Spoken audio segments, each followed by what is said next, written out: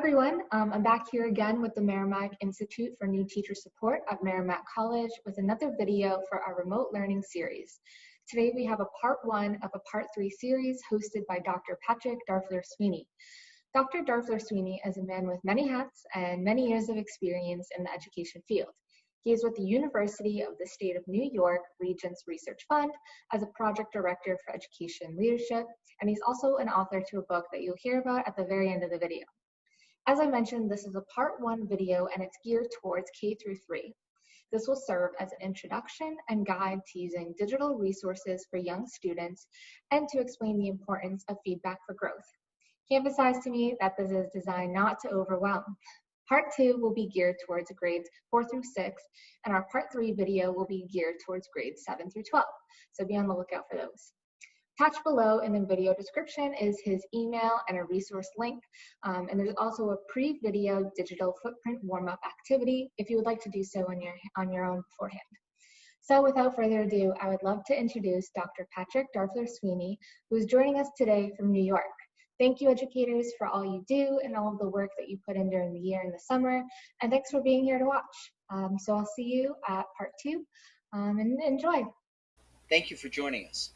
This presentation of K-3, the Digital Frontier, Are You Ready?, is being presented by the Merrimack Institute for New Teachers Support. My name is Patrick Darfler-Sweeney.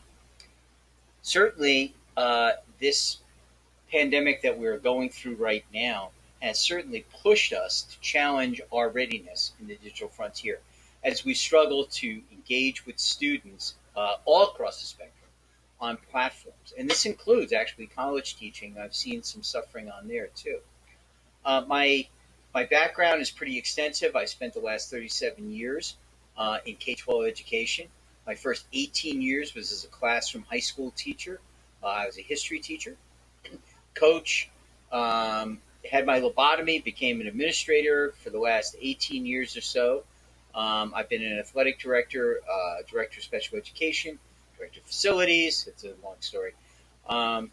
Superintendent of schools, assistant superintendent, principal. I've taught teacher education, technology education as an adjunct at State University of Oneonta. And currently I work as a fellow for the University of State New York Regents Research Fund, where I direct pilot programs in principal preparation and instructional leadership. My connection to Merrimack is a personal one. My daughter, Molly, is going to be a junior this year. She runs cross country and track, a picture of her there. She is not an education major yet, but who knows? Maybe we can influence her to do that. Anyway, my digital founding came during my doctoral studies at Seton Hall University with Alan November. You may or may not have heard of him. He's actually based in Massachusetts. He runs his own institute, November Learning, which is a wonderful place to get resources. Okay, let's get into it. So why are we here? With the pandemic, we were thrown into a situation not by choice. Let's face it. Going online, teaching virtually was a scramble for many of us. Some of us, we had different levels of being prepared. But I want you to know that even though in every education school they say, be updated, be updated, be updated, keep calm, we're going to update you. But I am here to tell you it's not your fault, okay? It's not your fault. My generation screwed up. We did not, as leaders, both in the classroom and outside the classroom, did not force the issue of being updated. The internet is been around since the 1990s. Many of us should have already been well grounded in how to use this incredible situation to engage students more and more. But we made up excuses. We came up with things like, oh, they're digital natives, we're not, a bunch of hogwash, a whole bunch of things. Then we blame the video games and we say that these people, oh my God, they're stealing our kids away. Well, if you really think about it, video game developers are only doing something that we forgot. So let's think about the video game. The average video game is a challenge for a kid. And a kid gets to play, immediately fails, okay?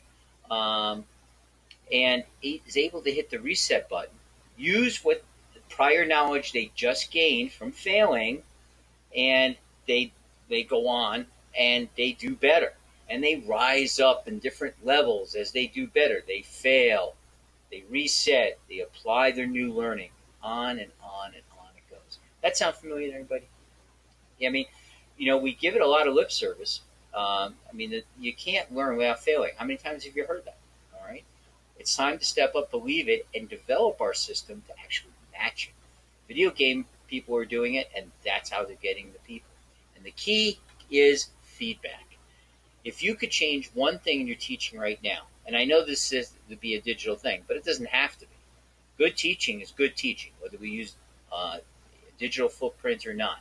But the number one thing, the thing that grabs everybody, both in video games and teaching, is feedback. If you're going to do one thing, especially elementary teachers, if you're going to do one thing you want to do to improve student achievement and engagement, is give them feedback, and give it as immediately as you can. If I had to do it all over again, I'd get in front of my faculty and staff, say, look, you know what? I know nobody likes change, so we're only going to make one change this year, and it's going to be great. And we're going to do fantastic things as long as we all stay true to this change. Here's the change. Nothing that you assign students can be graded graded less than 100 if you give it back after 24 hours. So what I'm saying is, you must give everything back to a student, work and feedback, within 24 hours. If you can't do it within 24 hours, they get a 100. You may be going, oh my God, I can't do that. Well, think about it. The average 35-year-old has been on this earth, 21,000 days. The average 8-year-old, it's 2,000 days. Okay? So 24 hours to an 8-year-old is an incredibly long time. For a 35-year-old, not so much. For a guy who's almost 60 like me, a day, my God, I lose, a day is nothing. Okay? But to an 8-year-old, it's so long. That's why so many kids, when they get things back from teachers, and teachers get personally upset, I did all these corrections, everything. Kid just looked at the grade, crumpled it up, and put it away. It's because they're telling you something. They're not telling you they don't respect your work. They're telling you that they can't even remember what it was that they did. The feedback means nothing to them. And you were taught this in school. I know you were. Feedback is king. The internet provides instant feedback. Okay, we've gone through the variations of the web, and Web 1.0, which happened during the post-World War II, the early 60s, the big, mainframe computers. And basically those computers were super quick abacuses that could do formulas multi-quick. So you told it what formula to do, it gave you an answer. Web 2.0 is a little bit different. That's the thousands, 2000s. You're able to do things on a platform. You could collaborate, you could go back and forth. And that's where the real interaction stuff started happening. That's when the feedback really started increasing and happened so quickly. That's what video game developers are banking on, and why they can do so well. The Web 3.0 that we're going into now, that's the beginning of artificial intelligence, where platforms can talk to each other.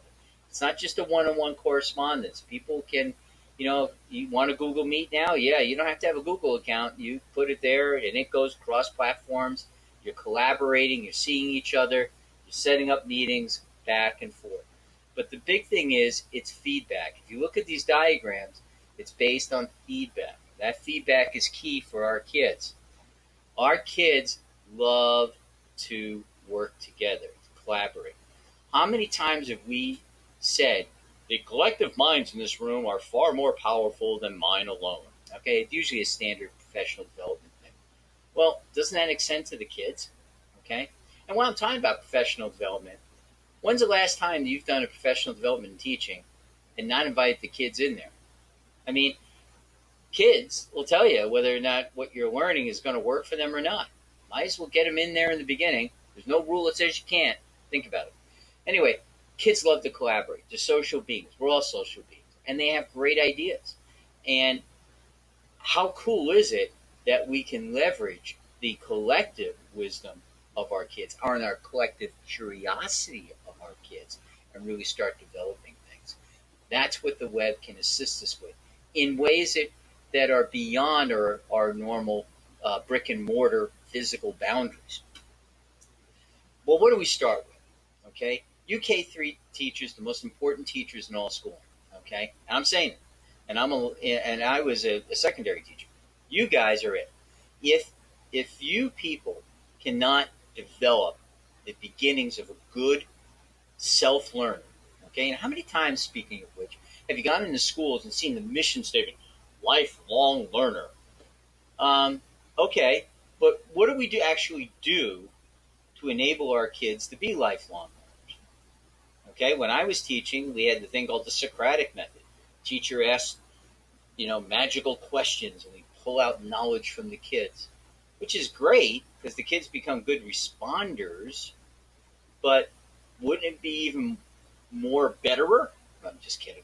Wouldn't it even be more amazing if the kids were the ones asking the questions, where the teacher just said, "Hey, this, what do you think?" and let them go off to the races, and then we guide them in how they can look for answers and set them off to do it. Power of asking great questions. Really, really important. But we're K-3 teachers. So how can our little guys and girls do this? It's okay. Remember what the famous plumber said. Use the right tool for the right job. Okay, so what we have here are some tools that our children, our students, K-3, can use. Take the tablet, for example. Not talking about going out and buying a really expensive iPad, Pro, what have you. I mean, those are nice devices. They're great, but they're engineered far more and beyond what you need, quite frankly. And they can be sometimes a distraction if you're trying to do certain things. I would suggest, particularly being a former administrator, it costs less. You can get more bang for your buck as a school with basic tablets that have internet connection and can do a few things. They're great. See, K-3 kids, their hands are not big enough to really type well on a keyboard. So don't make them do it. I mean, there are plenty of things that we can do with their hands. And kids, come on, we're already taught, they love manipulatives. Use the screen, teach them how to manipulate that way. If you are still bound to traditional, you got the mouse, okay? But they can certainly mouse it up, so we can use that. If you're lucky enough to have interactive boards, they're great for kids. But don't make the same mistake I made. So I walked into this school. I retired. This other school district called me back and said, "Would you be a principal for the year? We got a new superintendent. We want to develop the relationship." I said, "No problem." And I said, and we were talking about digital technology, and he said, we'd really like to improve what we're doing. I said, "That's great." And I found them some money. And I said, "Let's do interactive boards for the K-3." Teachers said, "Wow, that'd be great. Let's do it." So they all came. There was a vacation. They put them up. I came back. They were all excited. Pat, we got them all done. I walk in, and I have a heart attack. They mounted all of the boards to the height of the teacher. My poor little guys and girls couldn't reach the interactive board unless they were the tallest of them. So we had to have them all re-altered to come down, and that's huge. The interactive board is a great expansion of the tablet and whatever else you're doing. Kids love going to the board. We loved going to the board when the board, well, back in the Stone Age when I went to school, it was a blackboard. It was really black. Yeah. And it was like slate, and we'd have these things called chalk, and we'd write on them. And if you really wanted to drive people crazy, you made it squeak. Okay, I digress. Anyway, we loved going to the board, unless, of course, it was for diagramming sentences, which is really painful. But, for math and things like that, we loved running up there and showing them. Kids are not any different. They still love doing it. And with these manipulatives and stuff, they can be extra creative. They can get the feedback right away. You can set it up where they can start doing things on there and go, maybe that works, maybe that doesn't work, work as teams. They can podcast, okay? and it's not expensive. It's in the old days, oh my God, someone had a tape recorder or a thing. It cost a lot of money. It's cheap now. Let them podcast. We'll talk about some of those items. And many devices now are voice controlled. Google does great with it. Alexa does great with it. These things are options. And then, of course, you have what I feel is the most underrated part of technology that's not used to engage. We have Zoom, Google Meet, Skype, uh, Microsoft Teams. You got all these choices, all right, to break down barriers and get engagement, get that collective wisdom going. All right. Now you look at this board here, and I'm not promoting iPad apps, but this was a good illustration of what I was talking about. You know, those central things in the middle: analyze, apply, remember, understand, create, evaluate, are all contingent upon teaching the students to be good researchers. And what do we start with? Great questions, and then we build the great questions around these things here. Okay, and that is how we can use the internet to amplify that. So let's get to some other things. Okay, almost every K-3 curriculum, I don't care what state we're in, Massachusetts, New York, Vermont, Connecticut, doesn't matter. The early social studies thing is learning about community. And what a better way to start engaging across the curriculum with students. Okay? Have them talk about their community. Have them talk about what they like, what they don't like, what they'd like to improve. All right? It can be amazing. They have ideas. They really do. And you can get them to go out there and get, a phone or a camera and take pictures of something. They can come up ways to get it better. Okay, how about the kindergarten class saying, hey, that playground on 3rd Avenue there, it really needs help. And then, and here's the stuff it needs. We don't like this, and this, but we like this, and this. And our teacher helped us find some things that we can do here and make a presentation, make a video presentation, and teach them who they have to speak to get these things changed. All right? And have them write about it. And if they are too young to write about it, have them do a pictorial essay about it where they're voicing what they think over it. Cool stuff, right? Takes me back to when I used to work with my elementary teachers. And I would say to the teacher, I said, how's your parent connection going? Well, it really isn't any good. I send home these parent notes that I try to make it look like a newspaper, and I go in the post office and find it on the floor. I said, well, he said, you want to change that? Oh, yeah. And I said, well, stop writing it. What? Have the kids write it. If the parents know that their child has written something, oh my God, it's going on the refrigerator bar. Grandma Nana has got it. Grandpa's got it. Uncle Sally, Aunt Stella. All of a sudden, you've got your circulation that went from 0, and you've got it to like half the town. Okay? Just because it's the kid's product. The other benefit of it, kids are collaborating on these things. Kids are writing for a wider audience. When I was in a professional development years ago, people said, one of the biggest problems about writing in school is that we write for such a limited audience. And they said the average kid who went to school in the late 70s, early 80s, myself, only wrote for about 25 people by the time they got to college. And you thought about it. Wow. All my English teachers, all my teachers, maybe a few history teachers. That was it. Mine added up to 24. Holy Anna. So, forget about writing. Think about publishing. Okay? For kids, other barriers. Obviously, we have like the Brady Bunch thing, right? And that's what Zoom has got us now. We got the Brady Bunch thing. For those of you younger in the audience, please Google Brady Bunch TV show from the 70s, the opening thing. Google it or YouTube it. You'll see it.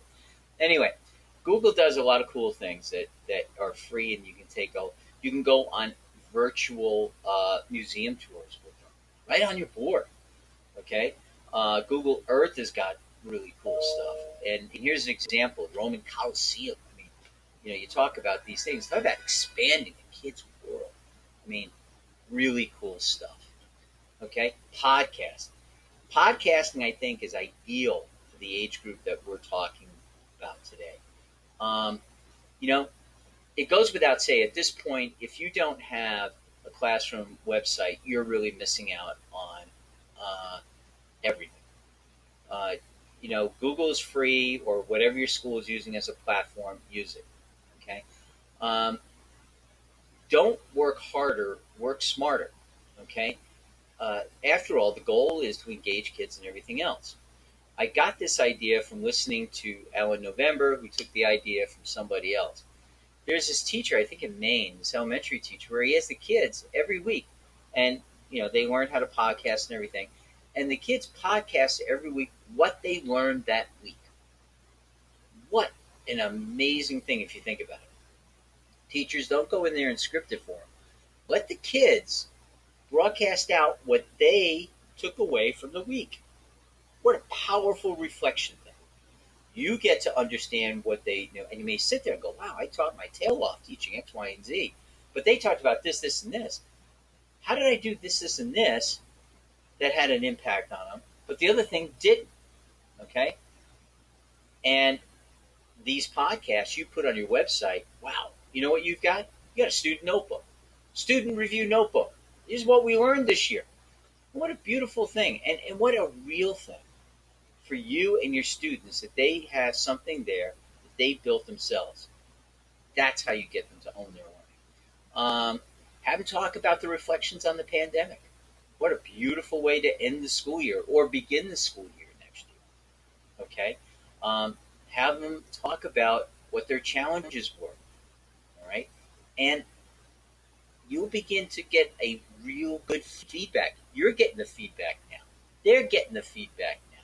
They're hearing from their classmates, that collective wisdom, that feedback, that reflection, powerful stuff. And it's easy. Just hit on. Whatever you do, I gave you a lot of ideas in a short period of time. Pick one thing. Okay? Whether it's the podcast or whether it's just disciplining yourself to give everything back within 24 hours or less. Just do one thing. Don't get overwhelmed. Stay calm. One thing. Because the one thing you're doing now is one thing that you didn't do before. And I guarantee you, that one thing will lead to 1,000 different things. Hundreds of thousands of different things. Only your imagination is going to slow you down. Okay? This presentation is going to be available to anybody. It'll be published through the Mints. I'll work with Amanda on that, and we'll let you know about it. And thank you, teachers. Thank you for all that you do. You are the second most important person in our society, next to parents. Don't ever, ever forget that. And from the Shameless Promotion, this is me. That is my book that is published now, and it's in Routledge. It's a superintendent's rule book, but really it'll give you insight into all levels of education leadership. Again, thank you, and I look forward from hearing from you. Amanda will pass out my email address. Please feel free to get a hold of me. There will be 2 more series in this video. The next one will be for grades 4-6, and the one after that for 7-12. Thank you. Have a great day, and never forget the most important question. How are the kids doing?